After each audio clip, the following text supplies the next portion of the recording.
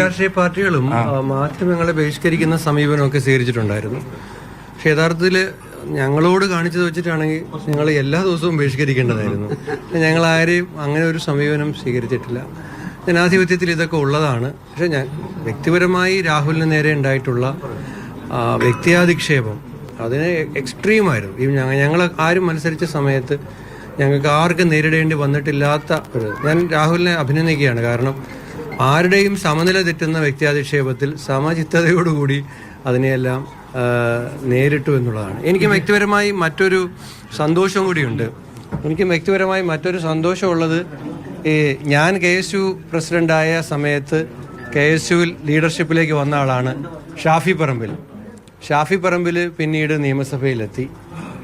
എൻ്റെയും ഷാഫിയുടെയും കൂടെ ഞങ്ങളുടെ കൂട്ടത്തിൽ KSU ആയി വന്ന ആളാണ് പിന്നെ രാഹുൽ ഇപ്പോൾ നിയമസഭയിലെത്തി. ഇവരുടെ കൂട്ടത്തിൽ നിന്ന് ആദ്യം നിയമസഭയിൽ പോയത് ഞാനാണ് 2006. 11 ആയപ്പോഴത്തേക്ക് ഹൈബി, സാദത്ത്, ബൽറാം, അങ്ങനെ ഒരു ഷാഫി എല്ലാം ഒരു സംഘം നിയമസഭയിലെത്തി. 16 റോജി അടക്കമുള്ള ഒരു സംഘം വന്നു. തൊട്ടു മുമ്പ് ചാണ്ടി വന്നു, ഇപ്പോൾ മാത്യു വന്നു, സനീഷ് വന്നു.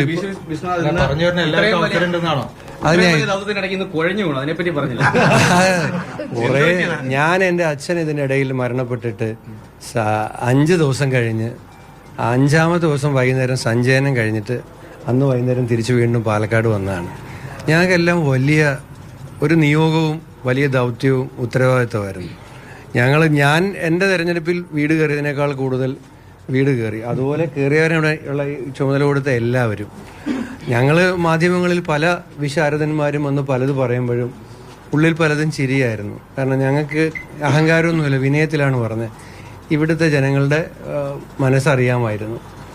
അപ്പോൾ ആ കുറേ നാളത്തെ ക്ഷീണം, യാത്ര, അലച്ചിൽ, ഇന്നത്തെ മുഴുവൻ വിജയാഹ്ലാദ പ്രകടനം, പിന്നെ ഇടി, തിരക്ക്, വെയില്, ഇല്ലുമിനാറ്റി പാടി 3 മിനിറ്റ് കഴിഞ്ഞ് ഞാൻ കുഴഞ്ഞു വീണ്. അപ്പോൾ അതായിരുന്നു. ഇപ്പോൾ ആശുപത്രി പോയി ECG ഒക്കെ എടുത്തു, BP ഒക്കെ നോക്കി, ഡ്രിപ്പൊക്കെ ഇട്ടു. ഡ്രിപ്പ് ഇട്ട് പകുതി ആയപ്പോഴത്തേക്ക് ഞങ്ങൾ ഡോക്ടറെ അനുവാദം വാങ്ങി ഞങ്ങളെല്ലാവരും കൂടെ പിന്നെ ഇവിടെ വരണമെന്നുള്ളതുകൊണ്ട് ഇങ്ങോട്ടിങ്ങ് സോഷ്യൽ മീഡിയ ആശങ്കയിലാണ് എല്ലാരും വിളിച്ചോണ്ട് കുണ്ട്രയാണ് ഇത് വിളിക്കുന്നവർക്ക് മറുപടി. പുള്ളി ആദ്യം ചെയ്ത് ചേച്ചിയെ വിളിച്ചു.